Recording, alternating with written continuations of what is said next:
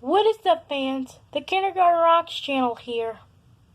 The reason we did not have a theme song is because the music that I'll be using, unfortunately, the thing that I use for the theme song has been disabled in this video. So, just wanted to give y'all a quick update about that.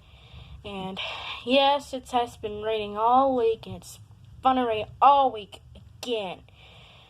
Well, anyways, today's book is called Junie B Jones and the Stupid Smelly Bus. And you know that there's nothing we can do about it. But anyways, let's get reading. Chapter 5, Principal. After we left the nurse, we went to the main office. That's where the boss of the school lives. His name is Principal. Principal is a baldy. He talks to us. Excuse me. Then Lucy raised her hand. My brother said that last year he had to come down here and you yelled at him, and now he's not allowed to beat up kids at recess anymore. Principal kind of laughed. Then he held the door for us to leave. After that, we walked to the water fountain, and Mrs. let us get a drink. I didn't get a long one through, 'cause kids kept tapping me on. Hurry up, girl, they said. Yeah, only guess what? That's not even my name, I told them. Her name is Junie Bumblebee, said Lucy. Then she laughed, but I didn't think it was a very funny joke. After that, Mrs. showed us where the bathrooms were. There's two kinds of bathroom in our school, a boys' kind and a girls' kind. I can't go in the boys' kind through 'cause no girls allowed, that's why. I tried to peek my head in there, but Mrs. snapped her fingers at me. The only boy who got to go into the restroom was the boy I could beat up. He was jiggling around very much. Then he started running all over the place, and he was holding the front of his pants. William, said Mrs. Are you having an emergency? Then Williams yelled, Yes! And he ran right in there. The rest of us walked back to our rooms. I touched Lucy's fingernails. She said that that her fingernail polish is named Berry, Berry, Berry. I would like to have my fingernails red too, I said, but I'm only allowed to have those kind of polish that makes them look shiny. Its name is Clear. Clear is the color of spit. I hate clear, said Lucy. Me too, I told her. And look at this picture. And also, I hate yellow, which is the color of the stupid smelly bus. Lucy nodded her head. My brother said when you ride home on the bus, kids pour chocolate milk on your head. Then all of a sudden, my stomach felt very squeaky again. Squeezy, sorry. 'Cause I had to ride the bus home, that's why. Why did you have to tell me that for Lucy? I said, kind of grouchy. After we got back to room 9, we did some more work. It was a game to help us learn each other's name. I learned Lucy and also a girl named Clark and another girl named Grace. Then I learned a boy named Ham, which we eat at Grandma Miller's.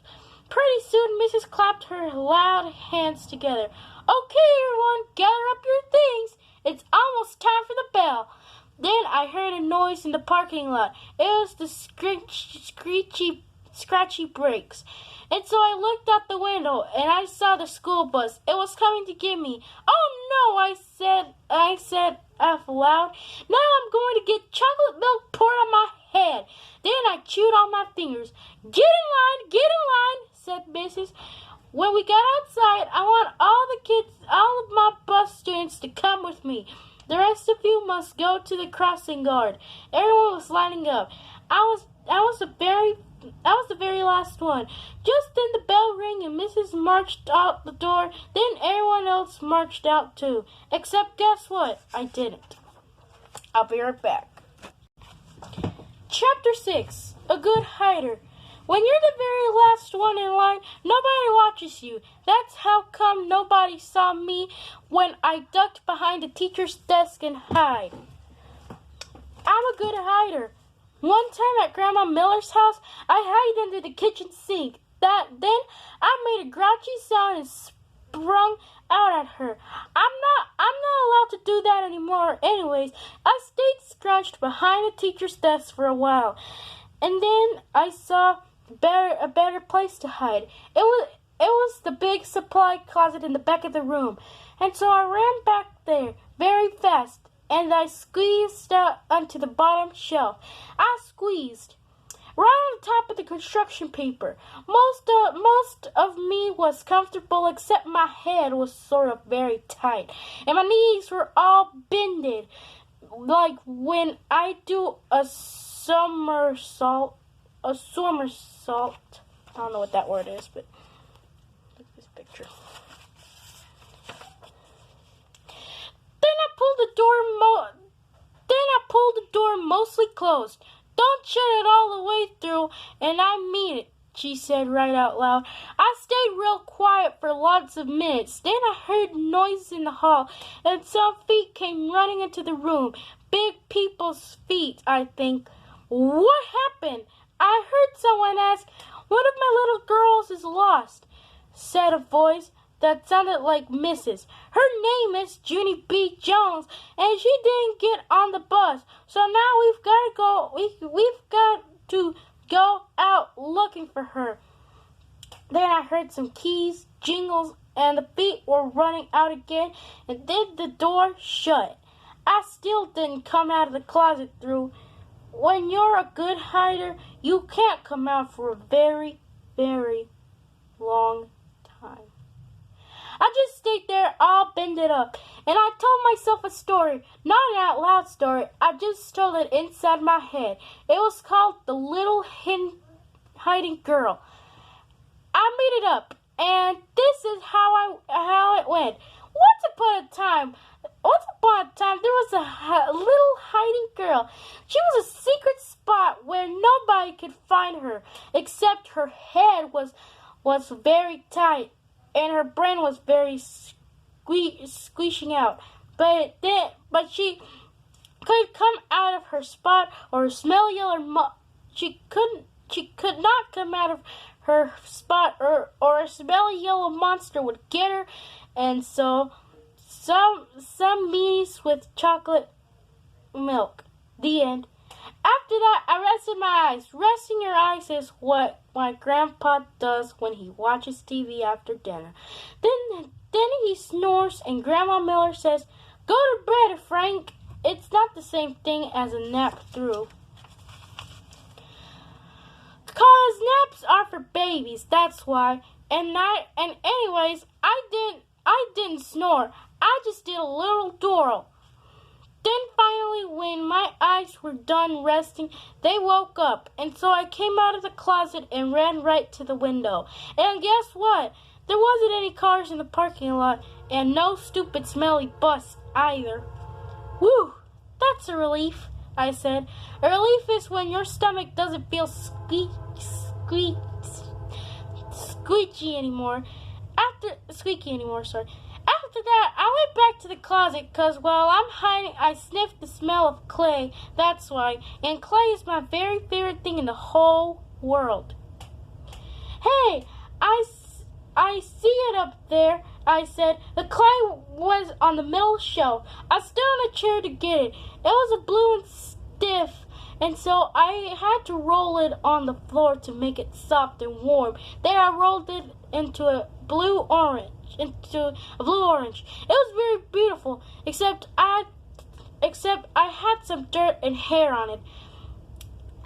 After I was done, I went to the front of the room and sat down on my teacher's big chair. I like teachers' desks very much. The drawers are so big, I could fit in one. I think I opened the top one. There are happy face stickers and rubber bands and also gold stars, which I love a very lot. I stuck one in on my forehead. Then I found paper clips and red marking pens and new pencils with no points and scissors and travel tissue, and guess what else? Chalk, I said. Brand new chalk that's not even out of its little box yet. Then I stood up on my teacher's chair and clapped my hands together very loud. I want everyone to find a chair and sit down. Today we are going to learn some alphabet and some reading, and also I will teach you how to make a blue orange. But first, everyone had to watch me draw stuff. Then I went to the board and drew with my brand new chalk. I drew a bean and a carrot and some curly hair. Then I wrote some O's, and my bestest letter. After that, I bowed. Thank you very much, I said. Now you may all go out for recess. I smiled, except for not that Jim. Again, guys, I am so sorry about a few stuff. I forgot to wear my name tag because I was in a bit of a hurry. For story time. But anyways, hope you enjoyed today's story time. Thank you for watching. Have a good day.